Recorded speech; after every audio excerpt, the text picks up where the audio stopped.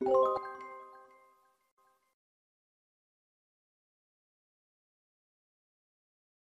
welcome to the spinning disc confocal system. It's covered underneath here.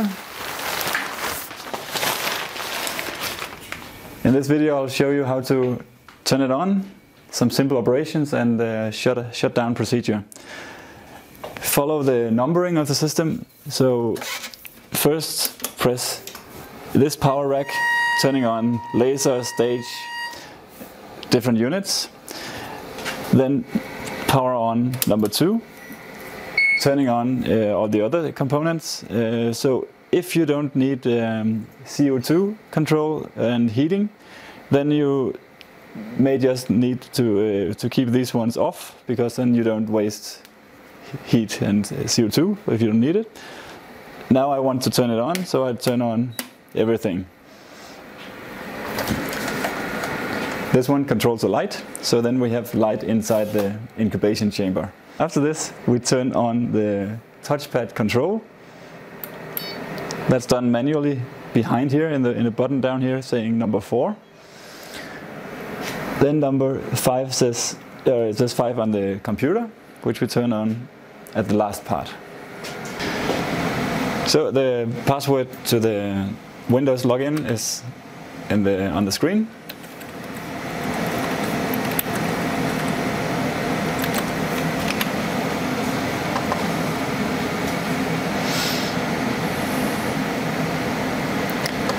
And the icons you need is on the desktop. So CellSense is the software you need to control everything.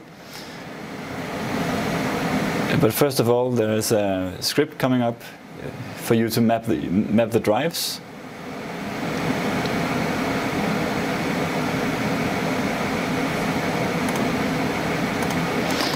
Here you need to write in your AU ID.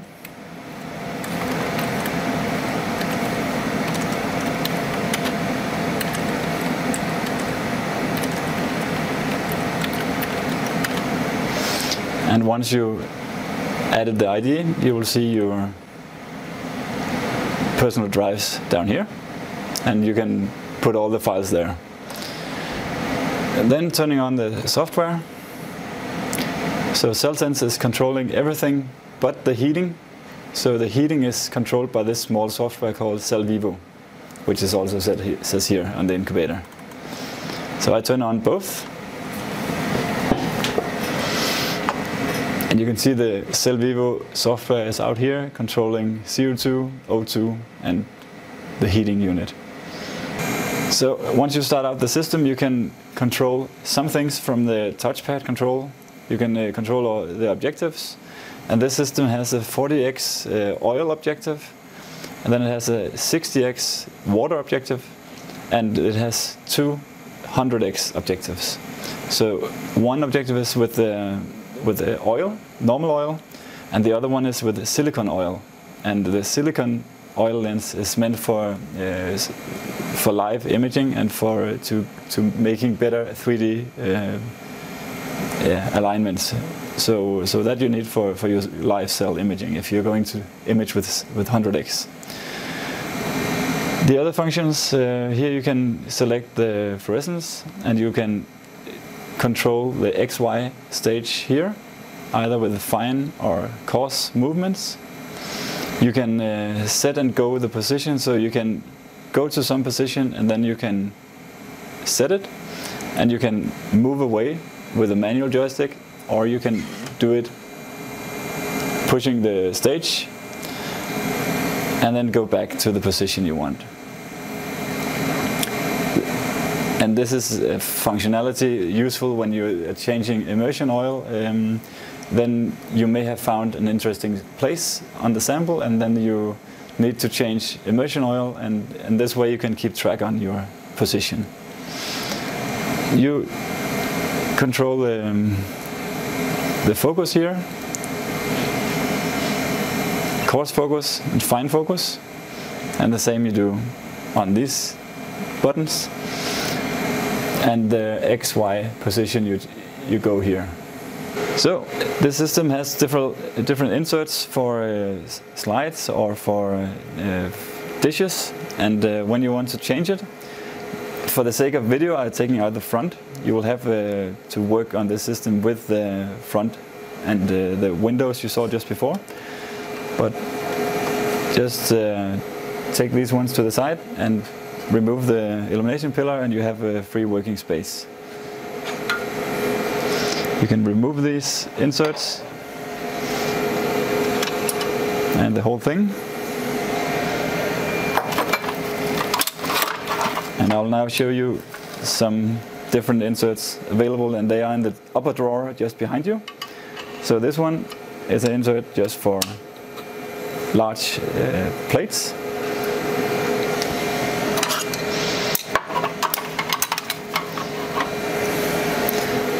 And this insert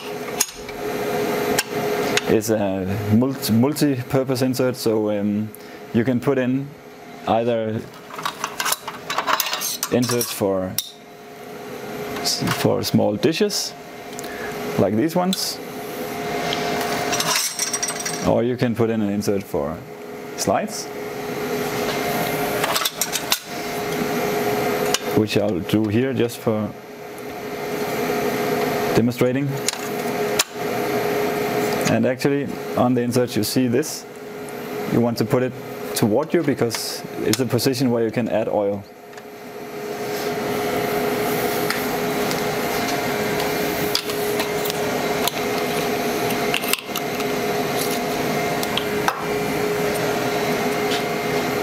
And I insert my sample just by putting it this way.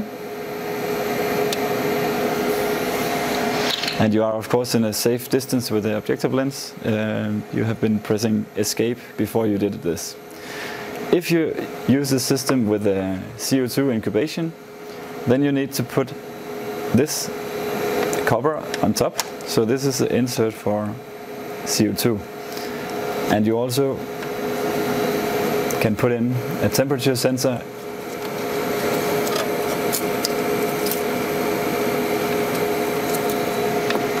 which is located here. You can put it in so you can track the temperature inside this chamber.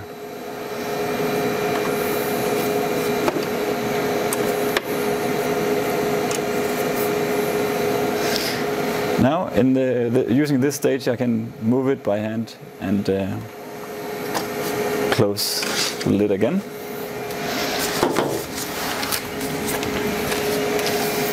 And when you operate the system, it looks like this. And you can close it and of course turn down the light. So here you see the heart of the system. So the light source is a laser combiner with 4 laser lines, so 405, 488, 561 and 640. So they are coming out here, and the light is sent to the spinning disc, and this is what makes this system fast. So it's a disc with a lot of pinholes sending light to the sample and making the system confocal.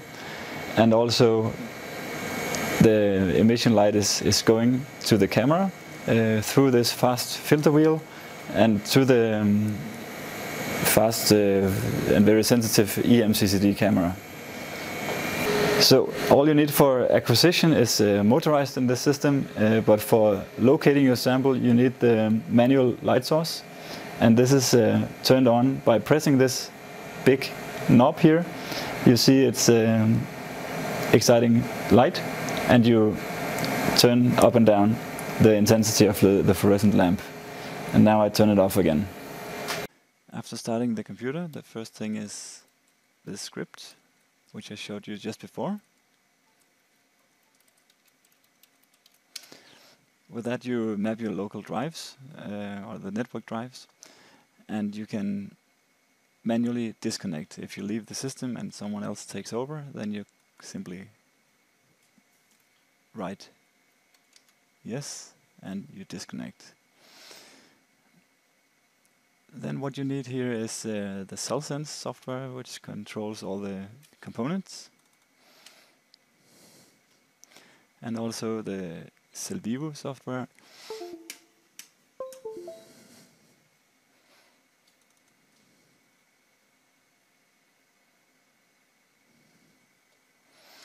While Celltest is starting up, I can show you Cellvivo, which is a small software in the right side of the screen.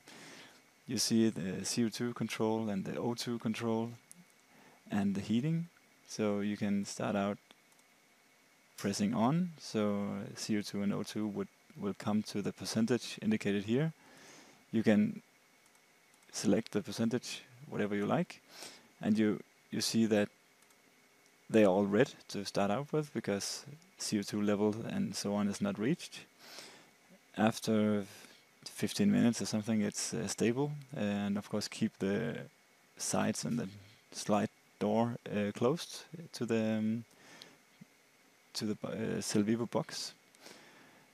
And pay attention to the CO2 is only inside the chamber, so keep the chamber closed above your sample, otherwise it will not have any effect. You can do more things here. You can make small programs, so you can also record the data. So you can, while you acquire, if you do something time lapse overnight, you may find it interesting to record the data of this environment also. So if you see something unexpected in your data, you can check, is it because of the CO2 level or the temperature suddenly drops or something. And actually it's also possible to make an email alert, so if something is changed a lot, then you will receive an email and then you can have the chance to go back and change it. For now I will just show you basic stuff, so I'll simply keep them off and close Cellvivo.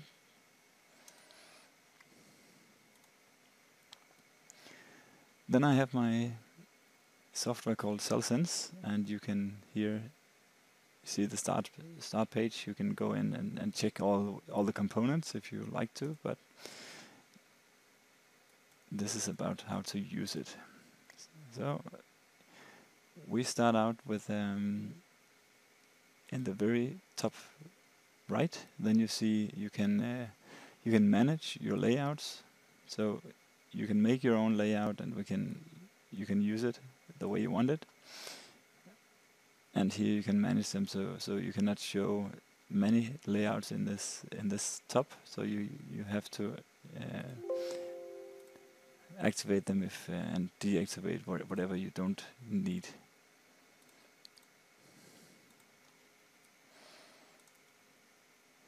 And in layout you can go if we at some point get lost. So now really I don't know how to find anything. Everything is black. Then I go to layout and reset current layout. Then everything pops up again.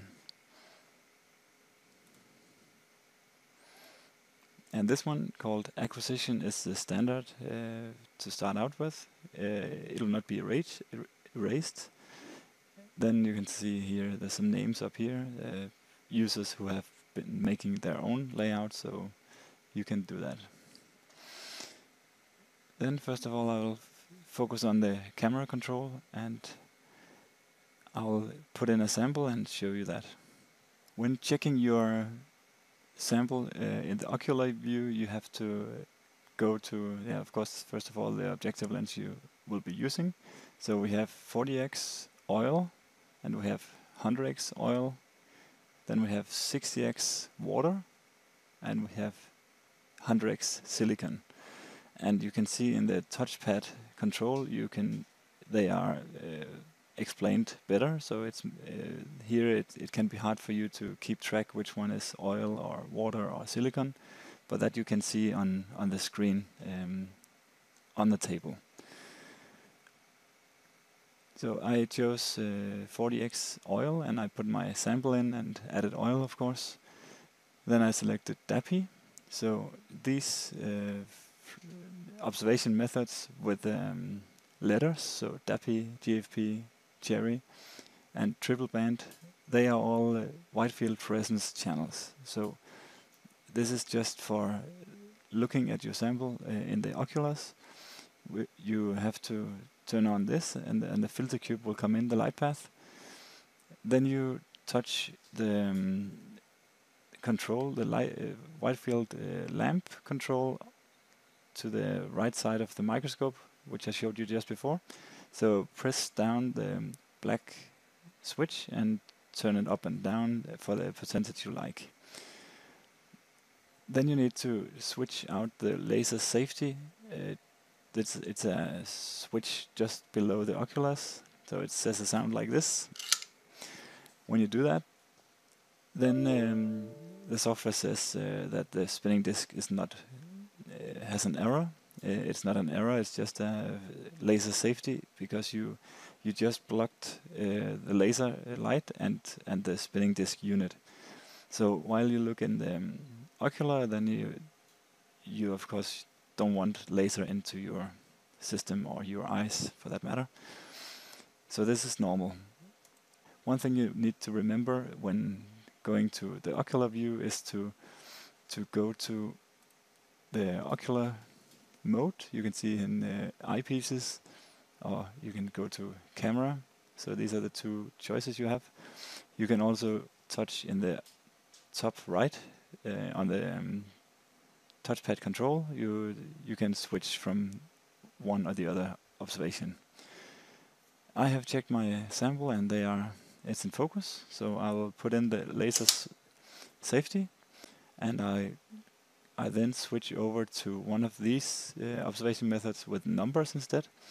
So they are indicating the laser lines that we have in this system. So 405, 488, 561, and it has two 551s. So one is called narrow and the other one is called just 561.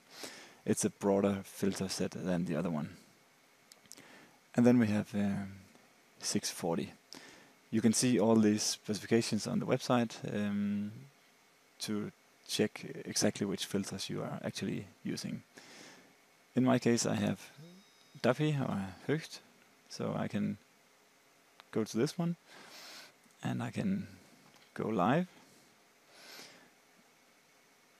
And I then go to adjust display, so here in the lower right, and then I press auto contrast.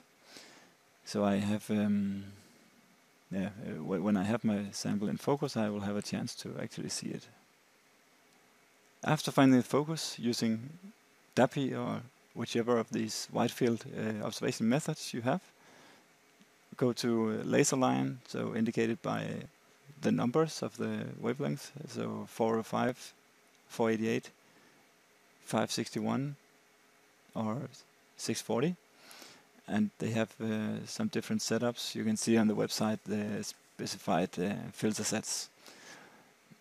So we have 40x and we have DAPI on this sample. Then we go and most often you don't see anything just when getting started. So the reasons are that you have one thing you could have forgotten is the shutter, but we have that now, the laser safety, and the other thing is the laser itself. So in this red circle in the Windows bar, you see a separate software for the laser emission box.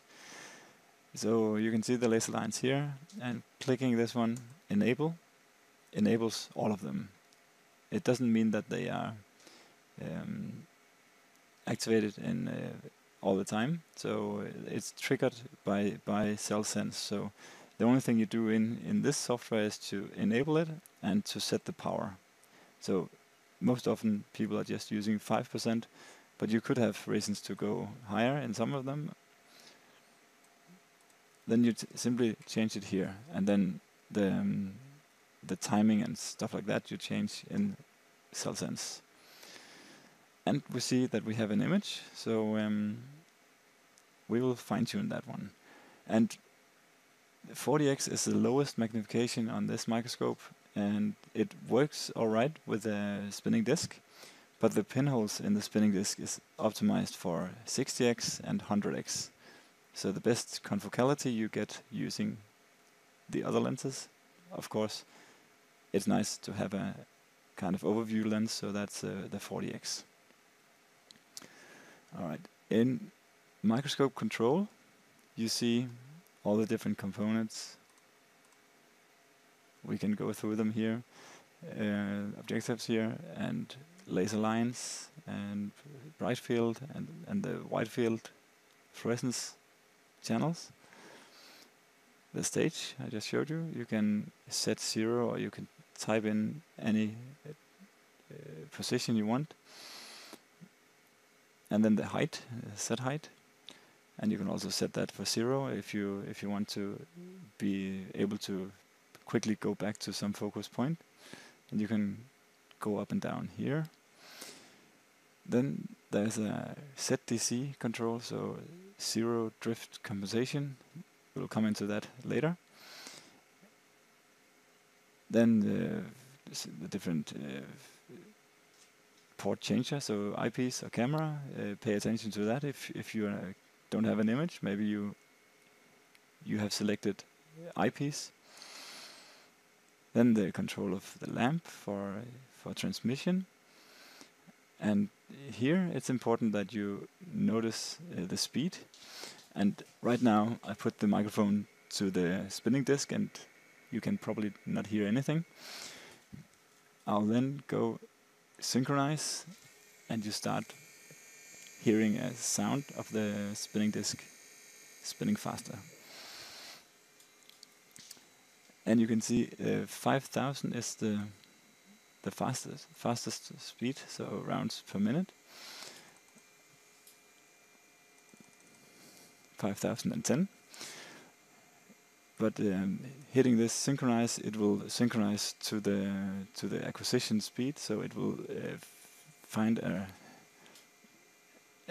speed as close to 5000 as possible, which fits with the exposure time and so on. You want to image the fastest mode generally, because you use this system to gain speed, and this is what it's good for. And here you have the filter wheel. You have different filter sets. In the fast filter wheel you can choose. In Process Manager you can do a lot of these of imaging, multicolor, set stacking, and tile scans, time lapse, and autofocus, so on. I went through this in a tutorial for the wide field, upright wide field fluorescence system. So the system at also at second floor. They are useful, but with this system you will quickly go to do it the same things, but with some more freedom. You do that in Experiment Manager instead. So what you do is starting a new experiment, and I'll just put this one back to where it came from. Reduce this a bit, so we can still follow where we are. Put some more points into it. But here we see our experiment. So in this case I have Höcht. I also have Sci-5. So if I had more, then I could of course add green, so blue, red and green, for instance. Then I could add, you have to add this icon for multicolor. And the best practice is, when doing stuff like this, to do the red first, green and blue. So start with the highest wavelength going down. In this specific example I don't have green, so I do it like this.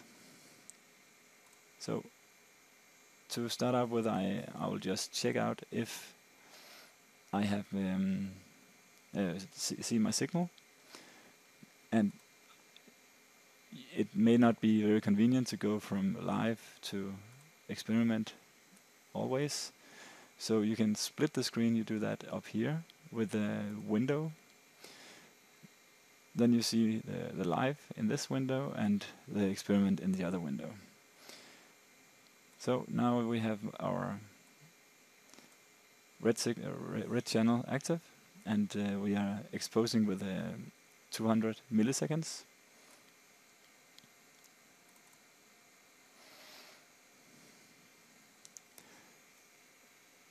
Again, I scroll down, control and scroll, and I go through the focus, and I press Control and H to see the saturation indicator. Also to the lower right, I see my histogram, and it's on auto contrast. Pay attention to that, because if it's in fixed contrast and you have it all the way, you see everything, is the whole display, then you may not actually see any sample. So you can use auto contrast, and afterwards you can go to fixed and fine tune whatever you like.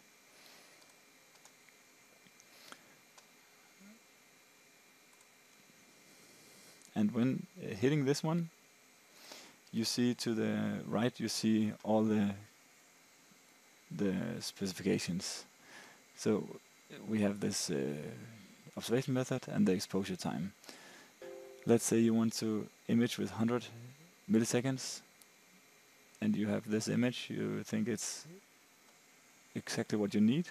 Then you go to the right side of the software with the experiment, and you press Get Setting. Then instead of the 200 from before, it went down to 100. You can also change it here and say I want to go to 300. And here in my live view I have 100. Then I can press Apply Setting. And it goes to 300, and you see that over here. Of course you don't see a lot of change because we are having auto contrast. I can show you, if you want, how it would look like with fixed scaling. So now the signal reduced, and let's go to 500, and the signal increased a lot. But you can change the display over here.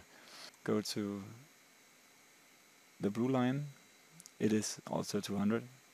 Let's double click, and then we see it over here. It looks also fine. Then we want to acquire this, and we simply press Start. Oh, like this, we press Start. And we acquired one image with the 2 channels. We can deselect the DAPI or the Sci5. And you can see the different display here. Tile, single frame, and so on. We can just build on this, so add a C-stack.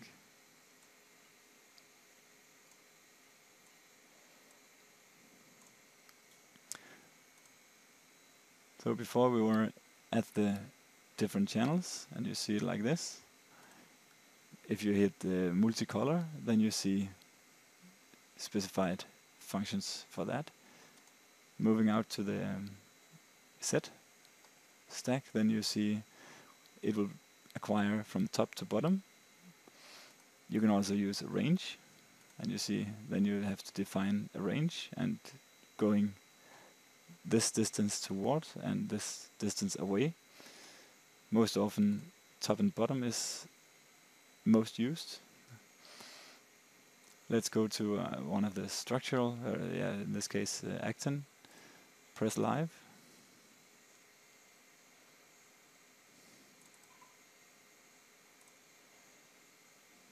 Here we go. and then press Control and scroll toward you. Then you go to the top, something like this, and you press Z, and you go to the bottom,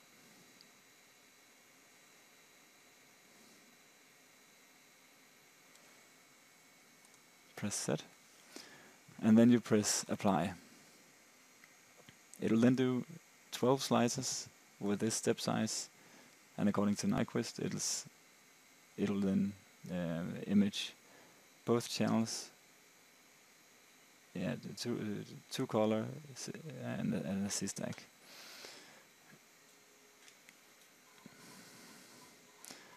And you may be able to hear the filters changing in between every image. And this was a C-stack.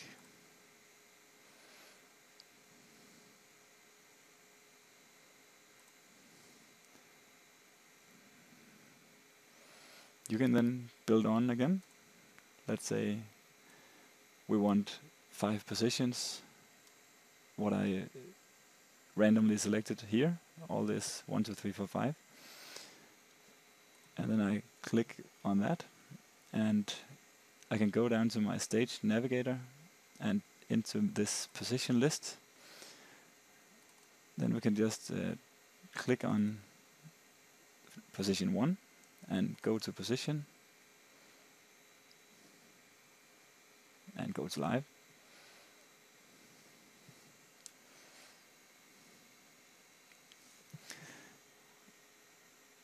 And before doing that, I should either delete this C-stack, or I should go to range, because doing a lot of positions from a defined top and bottom doesn't make sense, because we are most often having some kind of drift when doing C-stacks. So let's just define a range of 10 microns in this case, and then we go to our positions, first positions, and then go to position list. Then I go to my position 1, approximately to the middle, and then I can update the C position. Don't show this again if you don't want it to pop up every time. You can also, if you want to change the X, Y, you can do that. Then I don't want to show you all these positions, so I'll just delete some of them. Let's say we keep 3 positions called 1, 4, and 5. So now I go to position 4, and I position myself somewhere in the middle, and then I update C. I go here, go to position, and update again. Now we're ready to acquire 2 colors, C-stack in 3 positions.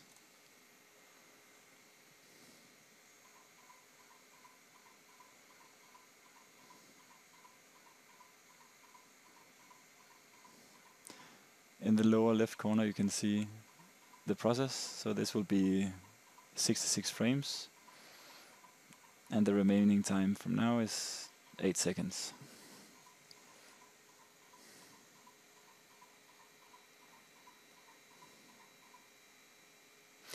We did see that drifted a bit out of focus, but I expect this would be good enough for the purpose. So we see here the files popping up. So it's called experiment 3, 4, and 5. And these are 3 independent C-stacks of these 3 positions.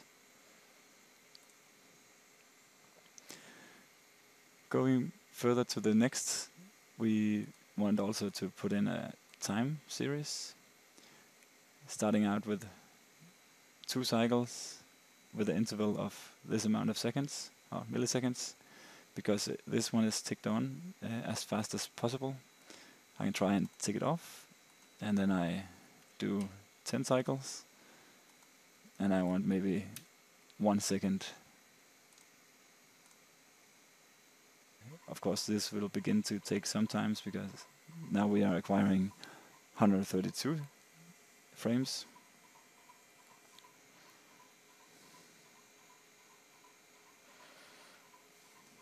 Now it's done, and we have here experiment 6, 7, 8. And again, we can show this play function showing the C-stacks. Then also you can have time. And we don't expect a lot to happen because it was just after 1 second and on a fixed sample. But you may use this function for live cells, which is the purpose. Okay.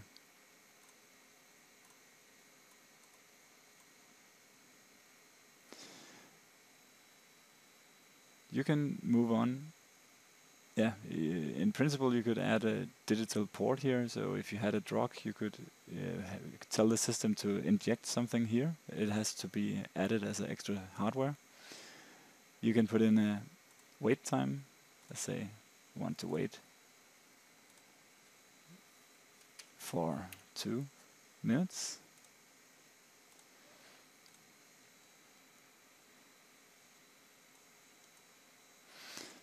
And then you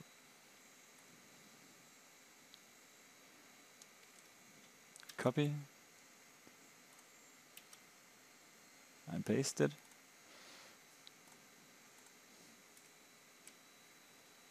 And then you have to put these lines together. So doing exactly the same, just wait 2 minutes in between. So let's say you have forgotten to put this line. Then you'll see up in the upper corner, up here you see a mark, and having the mouse over, then you can see what the problem is. All commands in the experiment plan should be connected, and after doing that you should be good to go again. So now it disappears. So you actually do get some help. Next thing, shutter, you can add that. You can have a transmitted light, may not be so useful. Then pay attention to all these drop downs. They may hide something that you could be interested in. Here you can ask it to move X, Y, move C, or make a new autofocus. And also you can add in the set drift compensation. You can add it here.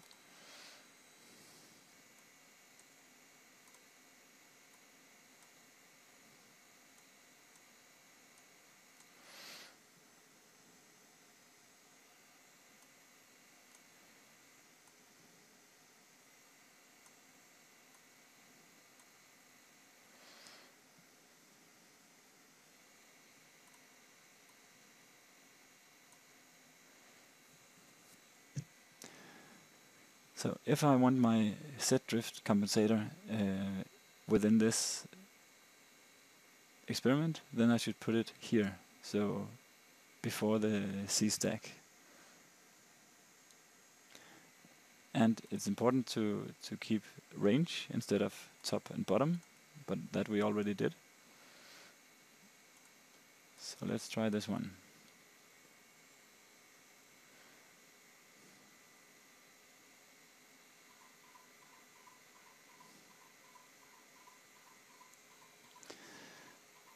Now the C-stack is keeping focus.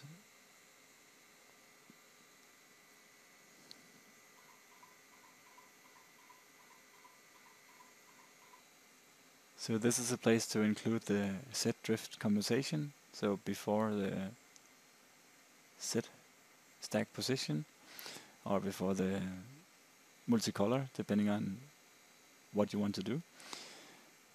If you're doing positions, then you have to, when you activate this, you also ignore C coordinates, because you are asking the set drift compensation to constantly check the focus for you.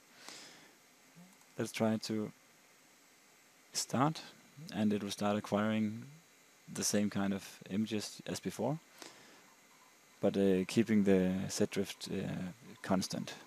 While it's acquiring, I can show you just briefly how it works.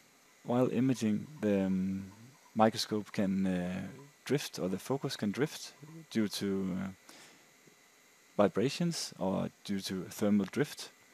And this system, the set drift compensation system, is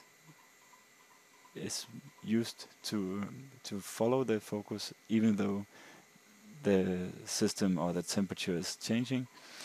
So what happens here is you see the objective lens here, and you have some refractive index of the immersion oil and some refractive index on the sample, and there are different indices here. This sensor is detecting the change from the refractive index. So when you are going from your cover glass into your specimen, and then you tell it the distance from that position to the actual focus you want to focus on inside the sample, and it will keep this constant. But if the material is heating up and the focus will change, let's say you are imaging overnight, then this IR, so infrared laser diode, is shining light to the sample, and it's going to be reflected back, and this offset will be read out by a lens structure in here, which is then focusing the height of the objective lens automatically. I can't really show it here because this is on a fixed sample and I image quite fast right now, so I don't have all night. But this is how it works. And you can also highlight this, and then you can go into the set drift compensation, and you can use it as a single shot mode or a continuous mode. So let's find offset here. So if you have multi-positions, you want to use this single shot ZTC mode. If you have one position and you are following it overnight or over a long time, then you can just keep this continuous ZTC mode. Alright, and for your first time, it may be beneficial to go to this big green plus. Then you can drop down, you can see system templates. You can ask it to make a multi-channel or multi-channel with the time lapse, and something that you probably know you want to do beforehand. So this is the same thing. Instead of doing it manually, you can just get some help doing stuff. And then you can, of course, change this one and add other colors, so something like this. So you can see that we have quite a few windows, and I mentioned to you in the beginning that you can reset. Let's reset the layout, then it looks like it did in the beginning. Also, valuable tools is of course help. You can go to read the manual in the language you want. You can also go to context help, and let's say we don't have a clue about the experiment manager. We click there and we can then read step by step how to do it. Also you can search. Let's go, what's that, DC? That was things we just went through just before. This can be quite helpful when you are starting out.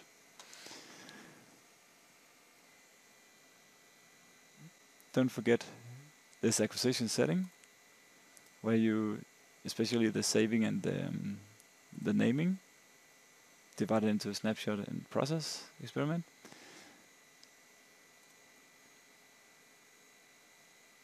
And of course, adjust display. When you click this one, you have the adjust display and the histogram open. You can maximize everything to a full screen. And then you can also go to, if you are missing out something, let's say you have closed a lot of things, then you can go up to the black bar and right click. Then let's say you want this window, so that's the control to split and unsplit the screens. You can also go to tool windows and let's have camera control back. Tool windows again. Process manager, microscope control, all these windows reappear. So if you have two images you acquired the same way, then you can synchronize them in this window. Doing like this one, and then you can go through the same set height and scroll in. And then you can hold the hand over and you scroll into the same place in both images. And you can put them into one image, split them again.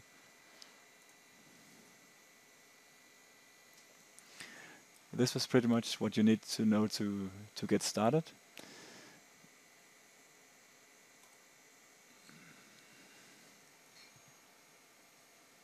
So shutting down, you simply shut down the software and you can save whatever you want and press escape on the touchpad and clean the lenses and so on.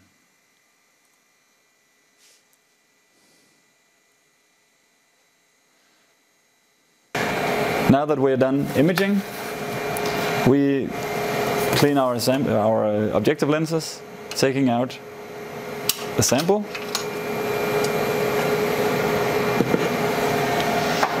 And of course, before you do this, you hit the escape button so the objective lens is lowered. And you wipe out of the water or the oil, and you clean it with a bit of ethanol, like this. And using circular movements, cleaning everything.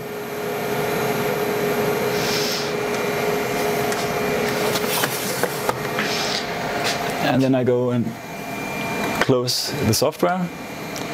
And when closing down the laser software, it asks you if you want to emit laser still, and you don't want that. Now I close down the CellVivo software and CellSense and the whole PC. Then just follow the reverse way, so pressing off, and I'm sure to exit, yes.